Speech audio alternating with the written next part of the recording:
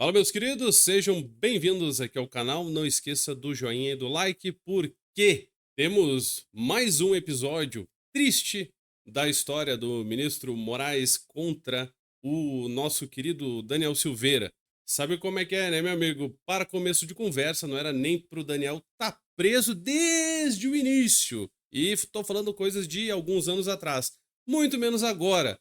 O pobre do Daniel aí ficou poucas horas em liberdade, foi no hospital e infelizmente já tá aí para completar uma semana preso de volta num regime o qual ele não estava quando recebeu a liberdade condicional. Deveria, caso fosse necessário voltar para a cadeia, deveria estar no semiaberto, mas não.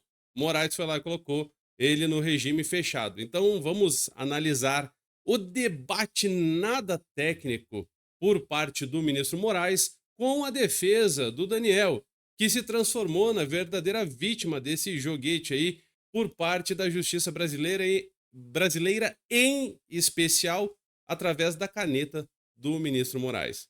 Então, meu amigo, dá o teu like aí, porque ao finalzinho eu tenho um detalhe aqui sobre a sua antiga presidente da República, uma espécie de sucessor espiritual do legado de Dilma, andou postando algo e eu vou te mostrar já já. Então, dá o teu like, compartilha este vídeo. Se você gosta aqui do meu trabalho, você pode doar no Pix, e o Pix é o e-mail que está aqui embaixo, fixado. O e-mail é doiparouil@gmail.com, Pix é o e-mail doiparouil@gmail.com. Se inscreva se não for inscrito e vamos lá. A defesa do Daniel, meu amigo, então pediu para o Xandão aí, o ministro Alexandre, que ele reconsiderasse da sua decisão, que eu expliquei lá no dia do acontecido, que ela é quase autoritária. Isso para não dizer que é bem autoritária de fato. Mas aí é opinião. Vamos ficar mais próximo aqui do direito brasileiro. Sabe como é que é? Porque quando fugimos um pouco do direito brasileiro, vamos para o direito do Moraes aí, e essas coisas, como isso que vocês estão vendo acontecendo com o Daniel, podem acabar ocorrendo. O ponto é, meu amigo, o ministro Moraes exagerou demais ao colocar o Daniel de volta no regime fechado, no presídio, cara. Isso é muito triste. Aí a defesa do Daniel fez assim: olha, ministro, revisa aí essa situação toda. Não teve a decisão de justificação, não, perdão, a audiência de justificação. E então pega um pouquinho mais leve aí com o Daniel. Ele passou mal, foi no médico, tava urinando sangue. Olha aqui, tem um monte de exames, certo? Tem os médicos falando a respeito. Então, pega um pouquinho leve. O Moraes não quis nem saber. A defesa também disse o seguinte: olha, o texto que diz que o Daniel não podia estar fora de sua casa durante os finais de semana, ele é ambíguo.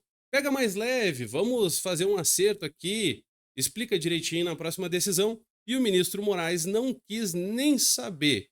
Resolveu responder de forma até um tanto quanto afrontosa aquelas pessoas que estão dando o seu melhor para defender o Daniel Silveira, que é a verdadeira vítima aí nessa situação toda. A defesa diz que é ambígua a decisão do ministro, pois quando cita sábado, domingo e feriado, estaria vinculado ao horário dito pelo ministro na decisão das 22 horas até as 6 horas da manhã.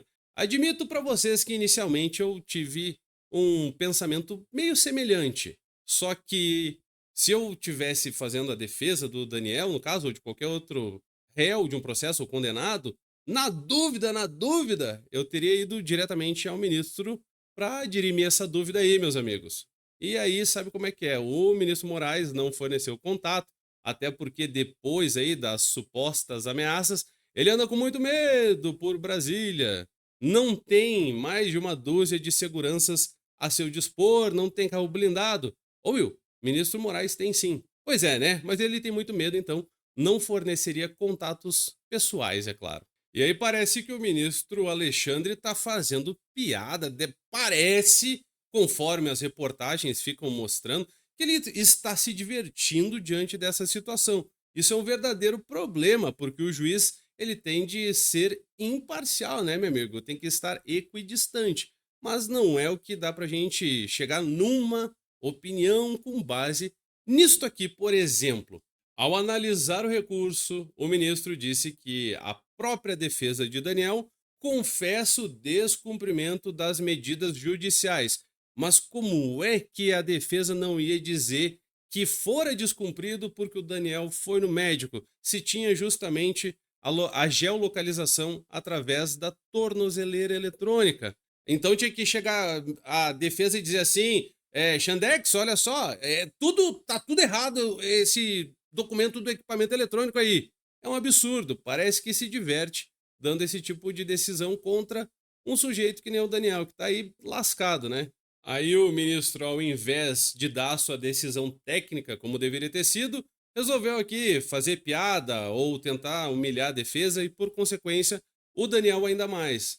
Só que tem um detalhe, somente o Daniel é que tá se lascando nessa função toda aí. Pro Xandão tá tudo muito bem, tudo muito bom, ele é ministro, a defesa tá se virando do jeito que pode, tentando lutar com as armas que tem, enquanto isso, todos nós somos obrigados a ver o ministro Alexandre sendo deselegante demais, dizendo assim: somente absoluta má-fé ou lamentável desconhecimento da lei processual podem justificar as alegações da defesa. Isso aqui é totalmente desnecessário.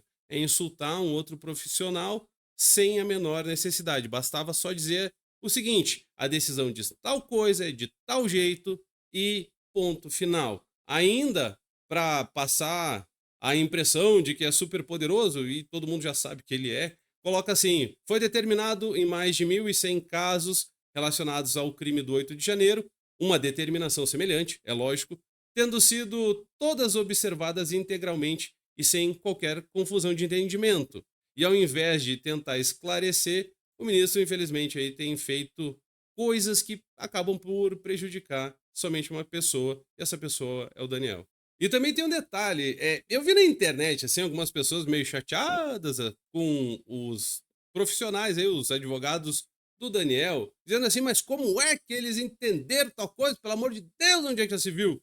Só que assim, às vezes, o advogado ele tá tão apaixonado pela causa, quer ver tanto o seu cliente tendo uma vida numa boa, saindo da cadeia, que ele acaba interpretando determinadas legislações ou decisões de um modo mais favorável ao seu cliente.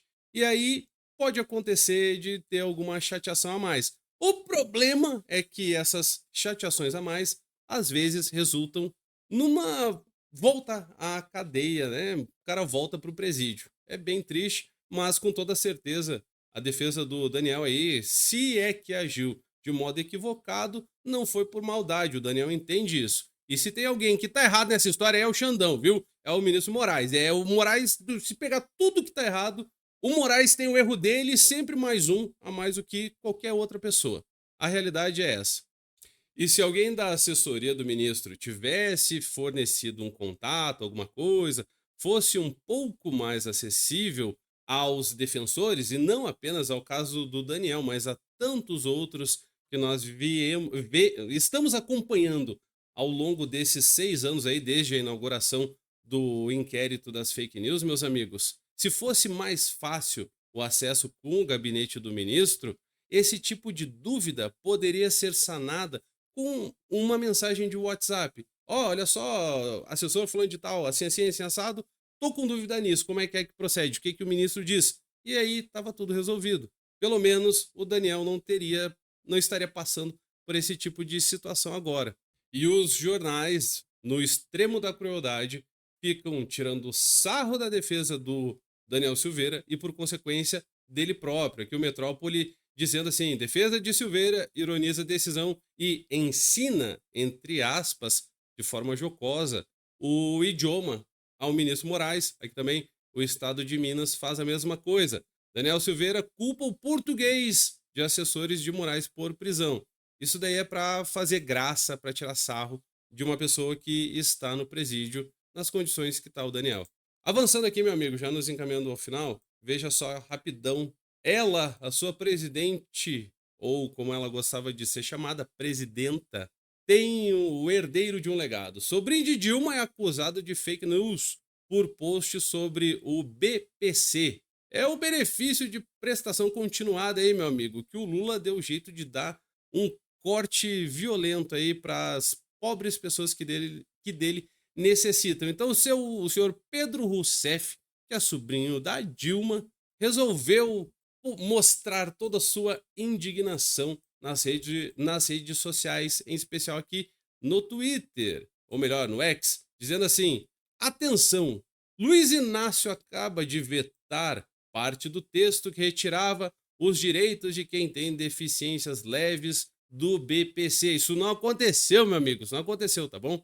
É importante lembrar que a extrema-direita no Congresso trabalhou para retirar esses direitos. Não, meu amigo, não foi assim, cara, não é desse jeito, não. A extrema-direita que ele fala, pelo contrário, queria tirar outras tantas coisas, mas o que foi para frente é aquilo que o Cachaça realmente queria. E aí ele levou aqui uma chamada aqui perto do público, por parte do público, que está dizendo assim, ó, basicamente está dizendo: ô sujeito, sobrinho da Dilma, para de mentir. Trata-se de fake news. O autor da postagem desinforma ao afirmar uma notícia falsa como se verdadeira fosse, e tem então o link da Câmara dos Deputados que desmente ele simplesmente. Aí o Jordi falou, né, respondeu ele lá, dizendo assim: só pode estar de sacanagem, é muita desonestidade. Ah, esperar o quê de quem ostenta ser sobrinho da anta? Esperar o quê, cara? Não tem muito o que esperar diferente desse tipo de pessoa aí. Numa boa, me perdoe aí quem discorda, mas sou eu que tô dizendo isso mesmo, tá? A outra deputada aqui disse assim: você mente de forma ridícula e desonesta, seu Pedro Rousseff. A oposição trabalhou absurdamente contra essa aberração produzida por você, e a oposição conseguiu alterar o parágrafo 2º do artigo tal, que retirou a questão dos níveis de deficiência via Senado Federal. Além da vergonha alheia nas publicações sobre matemática básica, ainda mente descaradamente. Tomou-lhe uma invertida aqui. Eita! Quase fiquei com pena aí do Pedro Rousseff. Não, fiquei com pena nenhuma dele. Zero. Meu amigo, dá o teu like, espeta o botãozinho aí para nós aí. Se inscreva se não for inscrito, doa aqui no Pix. O Pix é o e-mail doe@will@gmail.com. Está aqui no comentário fixado. Compartilhe este vídeo. Um beijo no seu coração. Fique com Deus. Até o próximo vídeo. Valeu, falou, tamo junto. Tchau, tchau.